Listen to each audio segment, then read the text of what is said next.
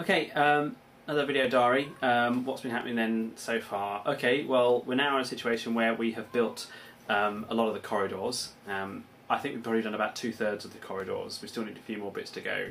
And we're now sort of planning the next phase. We've got a big set building weekend sort of coming up in a couple of weekends' time. And feeling a bit nervous. Why am I a bit nervous? Well, I'm a bit nervous because it's always about what's the weakest thing. What's the weakest point in the production? And I'm always, as a producer, always thinking about what bit do I need to bring up to the same level as everything else. And there's sort of two issues. One is costumes, and the other one is the story.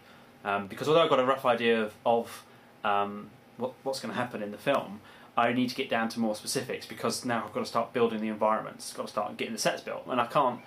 There's only so many sort of things I can tell the guys to build without them starting to make mistakes in terms of, oh, we don't need that bit anymore or whatever. So that's a threat, and it's a threat because it could cost us money. So that's one of them. The other one is the costumes. That's not as big because the costumes obviously need to be made, but we've still got a while to go yet. So whilst that's a concern, it's not an immediate one. The biggest concern with the costumes is things like the space helmets, the non-cloth bits of costume. I'm not worried too much about the costume, the cloth areas themselves, the flight suits and the space jackets. It's the stuff that is going to have to be made. But that doesn't have any impact on the sets. You see, that's the thing. The story certainly has an immediate impact on what sets need to be built. So yeah, definitely worried about that. But I had some people contacting us on our website who have got some sort of prop making expertise. I've had a great conversation with a guy today on the telephone, and also I've got a guy who's coming over on next week who's going to come on set who lives locally and has made a few sort of prop weapons and things as well. So see what he thinks and what he wants to do. So things are moving forward.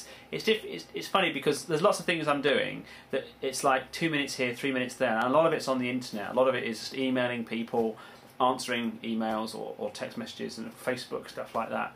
And you kind of miss them because as they're so quick, you get the email, oh yeah, that's great, you type it and you send it off again, and then you're waiting for the next response.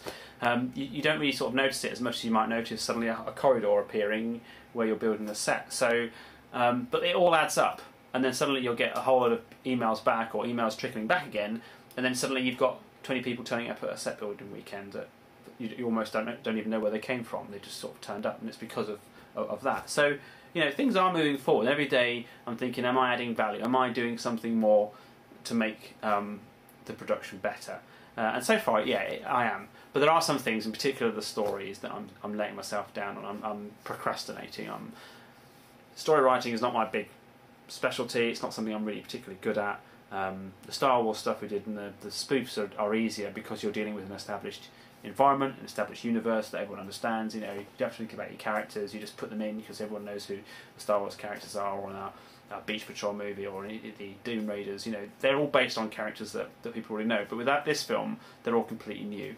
And although I'm trying to sort of base them on people I know or groups of people that I know, it's still very difficult. Sometimes I wonder if I'm being a bit too clever with it all. Am I trying to make the story too clever, too many twists for the sake of making twists? And I have to keep reminding myself that a lot of the time, you watch a film and you think, that's a lot of rubbish, or that bit was good, but that bit was crap. And these films are still being made. They're still good enough. And they're appealing to one type of audience. It may not be me, but it could be somebody else. So I need to think about not getting too, I won't say precious, but not getting too bogged down in not writing, and just get on and do something, and then change it later. So yeah, that's definitely something I need to look at. But other than that, we've got the sets painted today, so we're still actually ahead of the game. Sets that we've done so far have all been sort of like the foundation layer's been done, so we can start working on sticking bits up there. Phil is working on, as in R2D2 Phil, he's working on the a particular set piece at the moment, which is causing some challenges. I'm making it difficult for him. I want to do certain things and move in a certain way. It's not so much changing the laws of physics, but it's making life very difficult for him. But he's getting there. He's getting the idea about it's got to look that way, and the way that things have to move and stuff like that. It's all for show. We don't need to put electric motors in. If we can put in a lever and someone can push it behind the scenes, and just do that. Keep it simple. Speaking of things like keeping things simple, had a good chat today with someone on makeup and prosthetics and stuff like that, and who can make stuff out of fiberglass and what have you. And he was going through all the different ways he does it, and it's all really brilliant. I've seen his stuff online, really, really good. But sort of the two things that he's gonna come up with, he's gonna come face to face with, is going to be, can he make twice as many for half the price? Because as my set builders would already say, is that whenever they come up with an idea of how to make something, I say, right, okay, now I need to do it for half the money. Because it's not about just doing everything as cheap as possible. It's about spreading the limited amount of money that we have across as wider area as we can, and that's not easy. Some of the set pieces, started off costing like £80 each, which is fine if you're only making 4 corridors. It's still a lot of money, but if you've got a relatively large budget, then that's okay. But we don't have a large budget, and we've got to make a lot more. The corridors, in fact, are actually just a basic part of the set. It's not even a big part.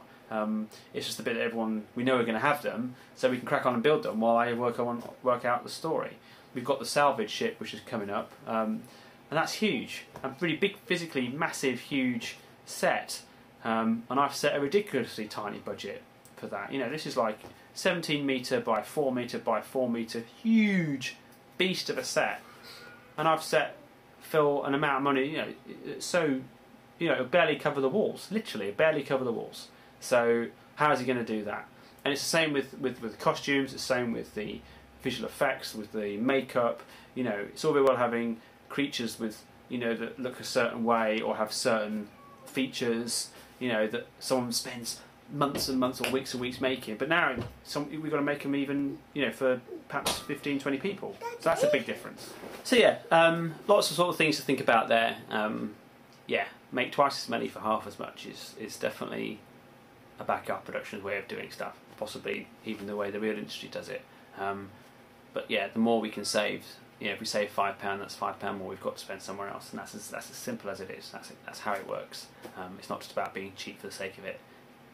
We need to spread our capability, our money as broadly rather than as thinly as possible, and thinking about what we're going to get out of it. So yeah, it's good. But yeah, it's good. We're moving forward. There's a few things coming up in the next couple of sort of days that will sort of define where we're going to go with some of the set building. I've got to look at scaffolding now. The huge salvage ship set needs a scaffold frame. If we don't have that, it's going to cost too much to build. I want it as one unit. I want one salvage ship. I don't want separate set pieces for each area. I want one huge set that you can start off in one area and climb up the ladder and walk across and then sit down at a table and then get up and then go to the cockpit, and then the blue screen is there and you can do it all in one shot. There's all sorts of challenges for us, all sorts of challenges in making films, especially at an amateur level, and it's filmmakers, it's other filmmakers are going to see that and think, wow, how do they do that? That is just awesome. If you're going to cut from one thing to another, then we could just blue screen everything. Why not do that? It's not about just it's not always just about having the easiest solution. Sometimes you want to have a bit of a challenge, and when you watch that film, you go, yeah, we did something really cool there. So there's that too. Comes at a price. It costs more money, but the effect is really good. So that's the next big challenge. We'll see what happens. But yeah, I have to say, so far, it's going okay. It's going okay. All good.